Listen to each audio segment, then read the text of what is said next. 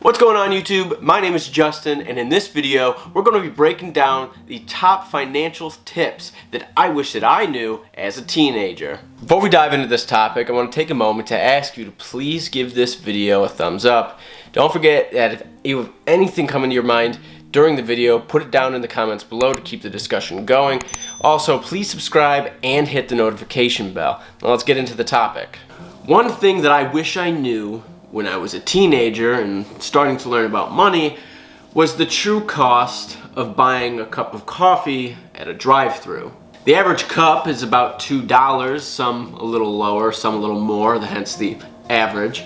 And if you took about that $60, if you bought one cup a day for the average month of about 30 days, that is $60 a month. If you invested that into the stock market, an index fund, at about an 8% return, which is around the average of the 8 to 12, but I went on the low end, that we've seen historically from the return from an index fund. Over 30 years, that $60 a month turns into $21,600 of total contributions. That's what you've put in over the time in which you've been investing.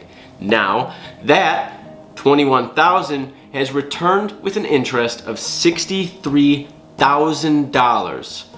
That $2 a day over 30 years is now worth almost $84,000.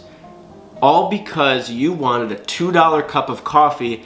You've given up a potential $84,000.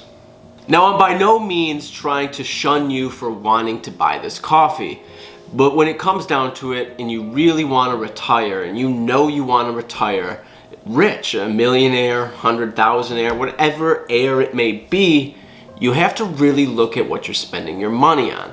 This cup of coffee right here, the bag I've gotten tons of cups from it for $4.99 a bag, and it tastes no different, if not actually better, than the cup of coffee that I used to get from a drive-thru. Now again, I'm not trying to shun you for wanting to buy your cup of coffee, your latte, your tea, your frappuccino, whatever it may be. If that brings you a utility, which is the economic term for happiness, then go for it.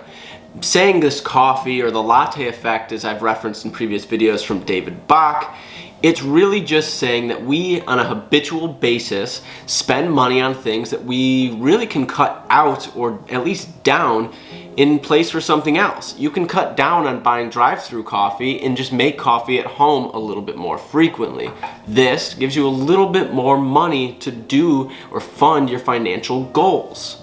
The second thing that I wish I knew as a teenager when it comes to money is having an emergency fund, the importance of it. I'm not saying that teenagers run into a ton of emergencies, although they do happen depending on your circumstances. It's a very contextual thing, but having $500 to $1,000 set aside, whether it's in some sort of savings account or even just in like a lockbox in your house, that money can help bail you out of so many situations that you would otherwise have to take out a credit card for or take out some sort of other loan.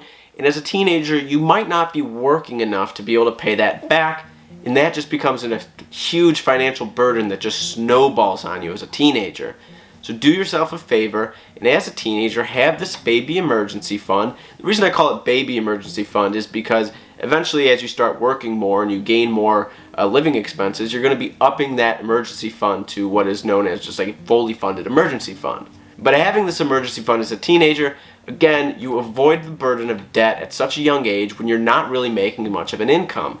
Debt has become incredibly normalized in today's culture. And the third thing on my list is actually telling you to not go into debt at such a young age by not getting a credit card before you're financially literate. It is 100% possible to go through this life without getting a credit score at all. You can do manual underwriting as a means of trying to get a mortgage, which just simply breaks down the context of your financial situation at this moment, rather than looking at your past, where that's what the credit score is doing, is looking at your past credit rather than your ability to actually pay off a loan right now, which is how people get mortgages without a credit score, is manual underwriting. But that's not what this is about. This is about avoiding the burden that credit card debt can bring to a teenager. When you're a teenager, you're not really working a lot. I wasn't working all that much when I was a teenager when I got my first credit card, but I was spending like I was a frickin' millionaire, which I'm still not, but I was spending as though I was, and I got put thousands of dollars into credit card debt because of my careless spending. I had read tons of books on personal finance. I thought I knew so much about it, but I wasn't putting any of what I had learned into practice. And until I put it into practice, credit cards were a burden. Now they're not, but they were. So don't get a credit card until you understand how money works and you're able to pay off the balance each month. Once you become financially literate and you're capable of paying off your balance each month, then if you really care that much about getting a credit score, you can get a credit card. But you need financial discipline before, and I don't think teenagers have that much financial discipline at such a young age when they know so little about money still, which is why that is on my list of don't get a credit card until you understand money. The fourth thing of my list of things that I wish I knew as a teenager when it came to money is how to budget. Being able to budget is just knowing your income versus your expenses as its simplest form. And being able to know how much money you have to spend each month can help with things like credit cards, is because now you know exactly how much you can afford to pay off each month from your credit card's balance. If you have that knowledge, you should be able to make a smarter decision when it comes to spending on your credit card. And this would mean only spending what you know you can actually pay off that month, so you're not carrying a balance into the next month. The next thing on my list of things that I wish that I knew as a teenager, which I kind of knew but I didn't act on, so it's my fault, is to save 10 to 20% of each paycheck for future purchases. And when I mean future purchases, I'm talking about big purchases. That's things like your first car, or maybe your next car, student loan repayments, down payment on a house. It sounds crazy to already be saving for those things as a teenager, but the more time you have saving on these things, the less of a burden it's going to be when it actually comes down to buying these things.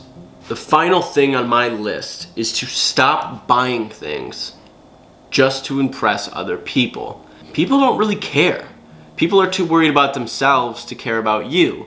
And wasting money on name brand things that are super expensive or trendy, especially the trendy items, you're buying these things to impress other people who are just as worried about them trying to impress you. So why spend the money? Use that money to fund your financial goals as a teenager. Put that money into a savings account so you can buy your next car, so you can pay for your down payment. Things that are actually important to you as a person, rather than just trying to impress everybody else, who again, is wasting all of their time and energy trying to impress everybody else too, that they don't even care about what you look like in those clothes. Not buying things to impress other people is an incredibly freeing thing. You start buying things that make your life better rather than just buying things to impress other people to make it seem like your life is better than it really is. You know how you make your life better than it really is? Spend your time and energy and money investing in things that actually make you a better person rather than perceived as a better person to other people. Thank you so much for checking out this video. It was kind of fun getting a little introspective and what are the kinds of things that I wish that I knew as a teenager. If you have any more suggestions of things that maybe you wish you knew as a teenager, put the comments down below and keep the discussion going. Also, don't forget to give this video a thumbs up and subscribe to the channel and hit the notification bell so you're notified when I release another video.